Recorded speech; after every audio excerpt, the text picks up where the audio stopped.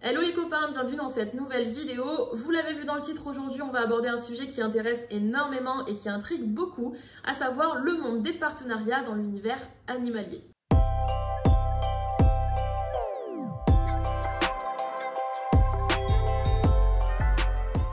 Il y a énormément de comptes dédiés aux animaux qui se sont lancés sur Instagram. C'est quelque chose qui se développe énormément. Moi, ça fait bientôt 5 ans que je suis sur Instagram avec Malcolm et c'est vrai que j'ai vu les choses énormément changer et ça va très vite ce milieu-là.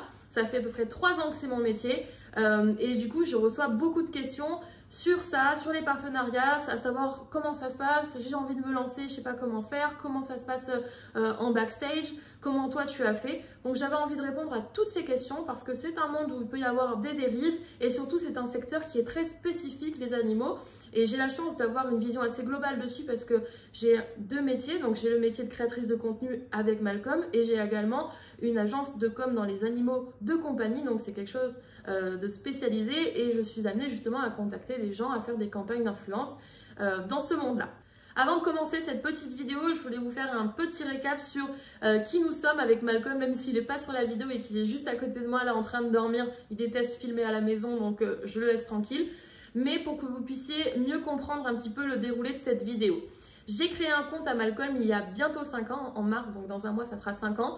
Et je pensais pas du tout en fait à quelque chose, j'avais pas d'arrière-pensée derrière ce compte-là. Je le faisais uniquement pour garder des souvenirs de mon chien et en fait le compte a très rapidement pris et c'est devenu mon métier 2 ans après. Quand j'ai eu à peu près 50 000 abonnés, j'ai commencé en fait à quitter mon job pour faire ça à plein temps. Et j'ai également un deuxième métier que j'adore, à savoir une agence de com spécialisée dans les animaux de compagnie. Et je m'occupe du coup des campagnes d'influence, c'est-à-dire que je crée des campagnes via Instagram et via d'autres influenceurs et créateurs de contenu dans l'univers animalier. Donc on accompagne autant des toutes petites startups, des créateurs que des très grosses marques. Et voilà, c'est quelque chose que j'adore faire parce que du coup, je suis en contact directement avec les marques et avec les créateurs de contenu sur Instagram et ça me plaît beaucoup. C'est pour ça que j'ai une vision qui est assez large sur ça, étant donné que j'ai le côté de Malcolm qui m'aide beaucoup puisque je suis moi-même créatrice de contenu, je fais moi-même des partenariats et j'en programme et je gère également de l'autre côté de l'agence de com. Donc maintenant, rentrons dans le vif du sujet. Il y a sur Instagram des comptes petfluencers, c'est-à-dire que ce sont des chiens ou des chats. Je vais parler beaucoup de chiens dans la vidéo, mais c'est valable pour les chats, pour les animaux de compagnie.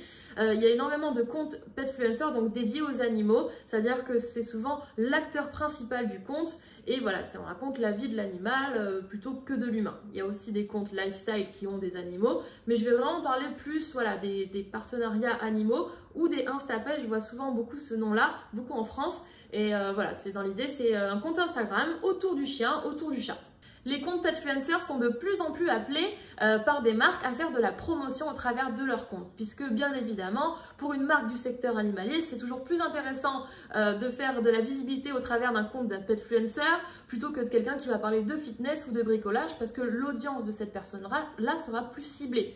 Donc c'est vrai que c'est quelque chose, comme je vous disais, qui se développe. L'avantage aussi d'utiliser des comptes petfluencers pour une marque, c'est que en général, les propriétaires d'animaux sont de vrais prescripteurs de conseils, étant donné qu'ils sont passionnés par leurs animaux, qu'ils les aiment, qu'ils veulent le meilleur pour eux. Donc c'est vrai que c'est quelque chose qui est très regardé et il y a souvent beaucoup plus d'impact quand un propriétaire d'animal parle et met en situation un produit. Au-delà du fait que les marques et les agences sont très intéressées maintenant de faire de la promotion au travers des petfluencers, il y a aussi énormément de petfluencers qui ont envie, qui créent des comptes pour faire des partenariats. C'est pas toujours la meilleure des choses, mais c'est vrai que ça peut être cool de recevoir des choses, de tester des choses, d'avoir des choses gratuites. Alors, ça doit pas être votre motivation première, mais voilà, je comprends que ce soit quelque chose qui intéresse. C'est aussi pour ça que je fais cette vidéo.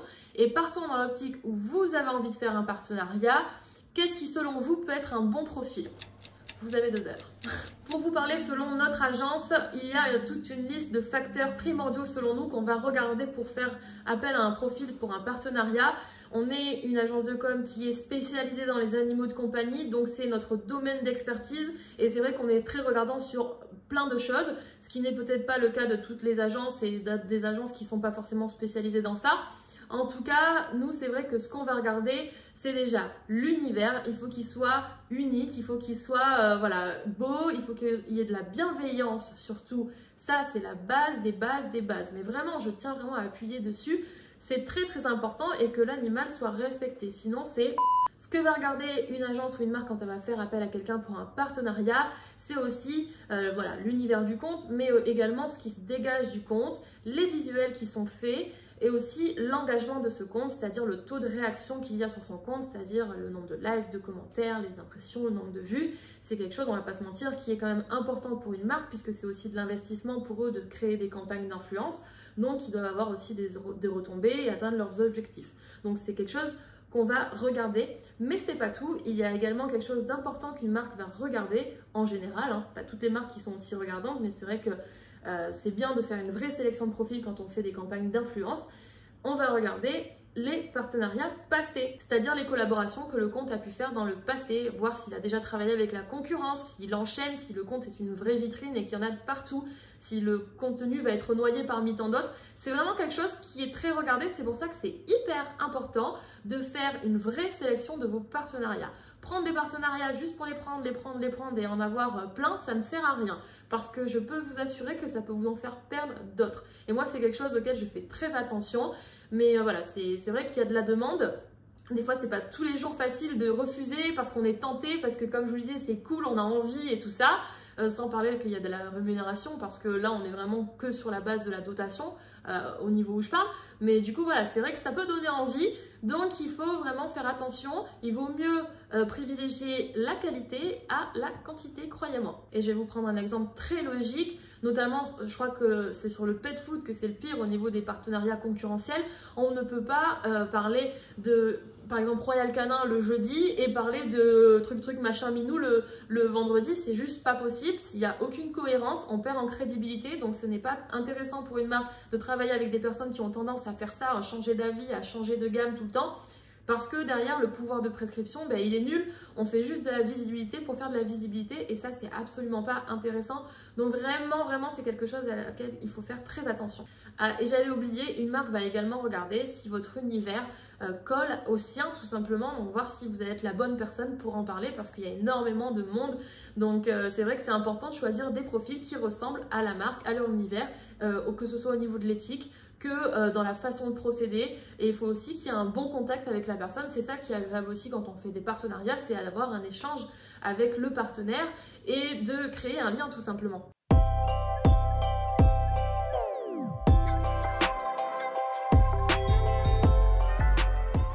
Maintenant, je vais répondre à une question qui est énormément posée, à savoir comment faire pour avoir un partenariat. Je vais être très honnête avec vous et je vais vous dire que selon moi, il n'y a pas besoin de demander un partenariat, c'est pas la meilleure des façons, mais on peut quand même le faire si on y met une belle intention derrière. C'est-à-dire que il faut savoir que les marques sont énormément inondées de demandes. Moi, je reçois des demandes de la plupart de mes clients et c'est vrai que en fait, on est assailli de demandes, donc c'est pas possible malheureusement d'envoyer des produits à tout le monde parce qu'il faut quand même que les marques tournent et ça reste des commerces à tenir ou des entreprises qui doivent fonctionner, donc ce n'est pas possible. Mais si vous avez une façon de demander un intérêt pour la marque, si vous montrez à cette marque que elle vous plaît, que vous êtes renseigné et que vous la suivez, déjà c'est peut-être mieux avant de faire la demande. Je ne vois pas d'inconvénient, voilà, si c'est bien formulé. Peut-être qu'un jour je serai amenée à contacter une marque parce que j'ai un super projet avec. Et ouais, dans ce cas-là, je montrerai que j'ai vraiment un intérêt, que j'ai regardé ce qu'elle faisait et tout simplement que je ne suis pas là juste pour avoir un truc gratos parce que ça, c'est juste pas possible. Et quoi de plus vexant pour une marque en fait de recevoir des demandes comme ça sans aucun intérêt derrière de la personne. En tout cas, croyez-moi, vous n'avez pas forcément besoin de faire des demandes de partenariat, ça viendra tout seul à vous au bout d'un moment. Si votre univers plaît, si votre compte plaît à la marque, clairement, elle saura vous trouver. Et croyez-moi, il n'y a pas besoin d'avoir la plus grande des communautés pour recevoir des demandes de partenariat. Dans le marketing d'influence, on fait appel de plus en plus à des nano-influenceurs. Pour vous expliquer un petit peu, un nano-influenceur, c'est une personne qui a en dessous de 10 000 abonnés. Donc, c'est ce qu'on appelle de la nano-influence. Au-dessus de 10 000 abonnés jusqu'à 100 000, c'est un micro-influenceur. C'est ce qu'on est avec Malcolm. Au-dessus de 100 000, c'est un macro-influenceur. Et après, on a les célébrités, tout ça. Mais voilà, il n'y a pas besoin d'être une célébrité ou un micro-influenceur ou un macro-influenceur pour avoir des demandes de partenariat. Au contraire, il y a une vraie crédibilité chez les petits comptes qui font ça avec beaucoup d'amour, beaucoup de passion et qui ont des fois plus de crédibilité qu'un gros compte. Pour vous parler un petit peu argent, parce que je sais que ça vous intéresse, on commence à percevoir des rémunérations dans le monde animalier quand on est un plutôt micro-influenceur. C'est vrai qu'en dessous, c'est pas comme les profils lifestyle qui ont l'habitude de collaborer avec des marques qui sont déjà bien implantées dans les campagnes digitales, qui ont déjà beaucoup de budget, voilà, où c'est beaucoup aussi plus large.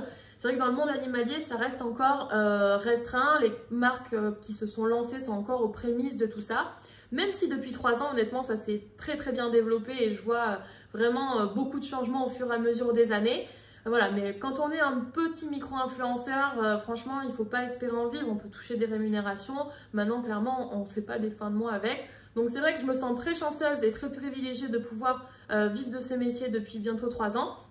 Mais voilà, c'est un secteur qui est restreint malgré le fait qu'il soit en plein développement. Donc, il ne faut clairement pas créer un compte Instagram pour se faire de l'argent. Et il faut savoir aussi un truc, c'est qu'il n'y a pas de règles à proprement parler. Chaque influenceur met sa rémunération. Chaque influenceur a sa grille tarifaire en fonction de qui il est, de ce qu'il fait, de la réputation qu'il a. Voilà, ça peut vraiment varier. Donc voilà, c'est un secteur qui est encore un peu en plein développement de ce niveau-là. En France, je vais être très honnête avec vous, je suis la seule à vivre de ce métier-là dans le monde animalier, bien évidemment. Il y a des comptes de l'envergure de Malcolm qui pourraient très bien en vivre, mais qui ont choisi aussi de ne pas développer ça et c'est tout à leur honneur. Donc voilà, comment ça se passe un petit peu au niveau business. Ensuite, on va rentrer dans le vif du sujet, à savoir comment se passe une collaboration, comment sont les backstage, le procédé d'un partenariat. Même si bien évidemment aucune campagne n'est la même, il y a quand même des grandes lignes qui sont assez similaires. Donc dans l'idée, une marque ou une agence comme moi va contacter un influenceur, un créateur de contenu et lui proposer un projet. Donc ça, c'est la prise de contact. C'est-à-dire qu'on va contacter quelqu'un pour lui dire, voilà, j'ai telle campagne, est-ce que ça t'intéresse d'en parler? Donc si c'est un influenceur professionnel, il va nous envoyer tout simplement sa grille tarifaire pour voir si on peut faire une collaboration ensemble. Si c'est quelqu'un qui n'est pas professionnel, qui veut juste faire des partenariats, et je pense que si vous regardez cette vidéo, c'est plutôt votre cas, ça va être certainement de l'échange de dotation, c'est-à-dire qu'on vous envoie un produit ou qu'on vous propose quelque chose contre de la visibilité. Alors, est-ce qu'il faut faire un contrat ou non? Parce que ça, c'est une question qu'on pose beaucoup. En général, je sais qu'avec l'agence, on fonctionne beaucoup comme ça. Quand c'est juste de la dotation, on va vraiment travailler sur la confiance parce que je trouve aussi que c'est important que l'influenceur se sente libre de ne pas parler du produit si jamais ça n'allait pas. Donc après, voilà, quand c'est de la rémunération, on fait des contrats, c'est plus sécurisé. En général, le projet est expliqué, donc la demande est expliquée au préalable dans la prise de contact. On demande tout simplement quel type de contenu il sera fourni. Par exemple, je veux un post, machin, enfin, la marque aimerait un post et des stories. Et on se met d'accord au préalable sur ça. Une fois que c'est bon, que tout est validé, qu'on est OK, la marque ou l'agence va vous envoyer le colis. Et à ce moment-là, souvent, on voit un brief avec. Donc, c'est là où vous allez devoir créer le contenu et vous avez un brief, soit qui est envoyé avant, soit des fois, il n'y a pas de brief, ou soit qui est dans le colis directement. Et ce brief-là va vous aider tout simplement à vous rappeler un petit peu les éléments de langage. C'est très très variable d'une marque à l'autre, c'est-à-dire qu'il y a des briefs qui sont très détaillés, très spécifiques, il y en a qui sont très libres. Moi, je vous avoue qu'avec Malcolm, je travaille vraiment sur la confiance, sur de l'échange avec les marques et c'est ça qui est cool parce qu'ils me font confiance. On est vraiment sur de la création de contenu vraiment selon ma ligne éditoriale, donc ça c'est assez cool. C'est vrai que c'est pas toutes les marques qui collaborent comme ça aussi, donc c'est pour ça que c'est important de les choisir. Moi en général, j'aime que la personne puisse parler selon sa ligne éditoriale parce que comme ça lui ressemble, ça ne dénature pas.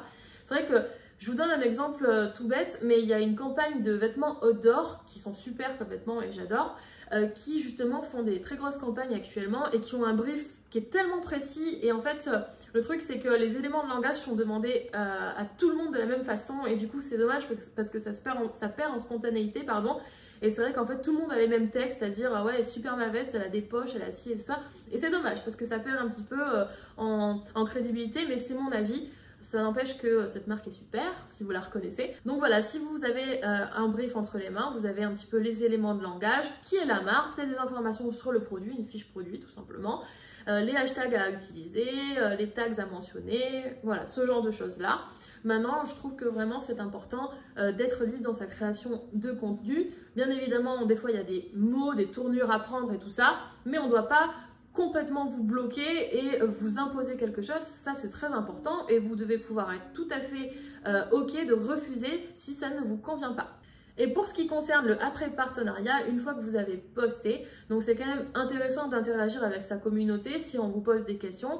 Un influenceur, un créateur de contenu, c'est pas un commercial, c'est pas un vendeur. Je trouve que c'est important de le préciser. En revanche, c'est intéressant en fait de donner de conseils, de donner ses retours, et c'est important aussi pour une marque parce que je vous l'ai expliqué tout à l'heure, c'est de l'investissement pour eux de lancer des campagnes d'influence, c'est du budget de faire des envois, de mettre de la dotation en place. Et il y a une chose aussi avec laquelle il ne faut pas être surpris, donc je trouve ça intéressant d'en parler, c'est-à-dire qu'en général, les marques, quand elles lancent des campagnes, je dis bien en général, vont demander des statistiques, c'est-à-dire des screenshots des retombées que votre post a pu faire ou que vos stories ont pu faire. Ça se fait beaucoup quand il y a de la rémunération, beaucoup moins quand c'est juste des campagnes de dotation, mais ça peut arriver, donc ne soyez pas étonnés. Ça va aider une marque en fait à regarder un petit peu les retombées qu'il y a eu parce qu'elles peuvent analyser ça de différentes façons, à savoir le nombre de clics qu'il y a eu, le nombre d'achats qu'il y a eu. On a pu peut-être aussi vous fournir un code promo et regarder les ventes en fonction de ça. Donc c'est vrai que ça aide les marques à se projeter et à voir avec plus de détails les retombées de leur campagne. Au niveau des choses à faire ou à ne pas faire, moi ce que je vous invite vraiment c'est à accepter et à regarder bien étudier au préalable la demande de partenariat. Est-ce qu'elle vous correspond? Est-ce que vous vous voyez en parler? Comment vous vous voyez en parler? Qu'est-ce que vous pourriez faire pour cette marque? Est-ce que vraiment c'est quelque chose que vous donneriez à votre animal? Ça c'est hyper important et comme je vous disais dans ce secteur-là, c'est un peu la base des bases d'être crédible. On ne va pas donner des croquettes parce qu'une marque de croquettes nous a proposé un partenariat super juste parce que il faut prendre le partenariat parce que c'est intéressant, parce qu'on est plus populaire quand on fait ça. Alors que ça se trouve le chien au barf ou a déjà une alimentation qui correspond. Ça c'est vraiment très très important. Je vous assure que les demandes, et notamment en pet food, c'est les demandes qui étaient le plus intéressantes financièrement pour moi. Et honnêtement, je suis toujours restée fidèle à ce que j'ai donné à Malcolm puisque ça lui correspond parce que vous avez confiance aussi en ce que l'on dit, en ce que je donne à Malcolm. Et donc c'est vrai que c'est important pour moi de garder cette crédibilité. Ça fait partie de mon éthique et c'est important d'en avoir. Le fait d'accepter un partenariat qui nous plaît, c'est très important parce que selon moi, ça aide vraiment à faire une meilleure mise en avant de ce produit-là, de cette chose-là, parce que au moins on est convaincu de ce qu'on dit et ça se ressent. C'est très important parce que c'est plus naturel, on a du plaisir à en parler tout simplement et voilà, on est convaincu de ce qu'on dit. Ensuite, dans les choses à ne pas faire, comme je vous disais, j'en ai parlé tout à l'heure, c'est de ne pas enchaîner les concurrents parce que sinon on perd en crédibilité. Il faut savoir aussi respecter les marques avec lesquelles on travaille, même si c'est uniquement pour de la dotation, parce que vraiment, je mets un point d'honneur dessus, c'est un investissement pour une marque de faire de l'influence, de faire des envois. Elles mettent aussi votre confiance en vous, donc c'est important de respecter ça, d'être en accord avec soi-même et de faire bien les choses. Pensez à vérifier si la marque avec laquelle vous collaborez est déclarée, est légale, fait des choses bien, ne fait pas du dropshipping, c'est-à-dire des envois. Alors après, bien sûr, ça c'est mon avis, vous faites ce que vous voulez, mais c'est important parce que en fait, il ne faut pas tout simplement arnaquer ses abonnés. Les promotions pour du dropshipping, j'en reçois 10 par jour au moins minimum, quasiment toujours les mêmes styles de produits en plus de ça. Et ouais, je pourrais me faire de la thune avec ça, clairement, mais voilà, ce serait me foutre de vous, ce serait me rabaisser à certaines personnes qui cassent le métier. Je parle notamment de certaines personnes de télé-réalité qui enchaînent les partenariats à arnaque comme ça. Et il ne faut pas que ça devienne comme ça dans le monde animalier. Ah oui, j'ai oublié une dernière chose. En France, l'anthropomorphisme est très très mal vu. C'est pas comme aux États-Unis où ça c'est très vendeur. Non, chez nous c'est plutôt très niet. Les marques sont très regardantes sur ça. L'anthropomorphisme, pour ceux qui ne savent pas ce que c'est tout simplement le fait d'humaniser de trop un animal, soit en le déguisant, soit en le faisant adopter des situations humaines qui le dénaturent et qui le mettent mal à l'aise. Voilà, ça c'est pas du tout vendeur chez nous. C'est quelque chose voilà, où les marques font très attention. Vous le voyez en France, il y a énormément de choses qui bougent et qui s'améliorent concernant la cause animale avec tout ce qui est politique en ce moment. Et c'est génial. Donc c'est vrai que je suis contente pour ça. Les marques font attention à ce qu'il y ait du respect de l'animal et de la bienveillance autour de ça. Voilà, c'était important pour moi de finir sur cette notion de respect et de bienveillance. C'est primordial. Si vous souhaitez créer un compte à votre animal et potentiellement faire des partenariats, faites-le. Tout le monde peut le faire, bien évidemment. Mais faites-le pour les bonnes raisons. Faites-le par passion. Faites-le pour vous amuser. Si ça doit venir à vous, ça viendra à vous. Si ça doit changer votre vie comme ça a changé la mienne, ça viendra tout seul à vous et ça je vous l'assure. Ne le faites surtout pas pour l'argent parce que oui, même si c'est un secteur qui se développe, même s'il y a des opportunités, même si au bout d'un moment on peut arriver à un stade où ça devient notre métier et j'en suis la preuve, ça reste une minorité, je vous l'ai expliqué dans cette vidéo, donc vraiment faites-le par passion. Voilà les copains, j'espère que cette vidéo vous aura plu. J'ai essayé d'être le plus transparente avec vous possible. N'hésitez pas à me faire vos retours sur la vidéo, me dire ce que vous en pensez également dans les commentaires. Et si vous voulez suivre nos aventures quotidiennes, c'est sur Instagram. Je vous mets le compte juste ici. Et je vous dis à très vite dans une prochaine vidéo.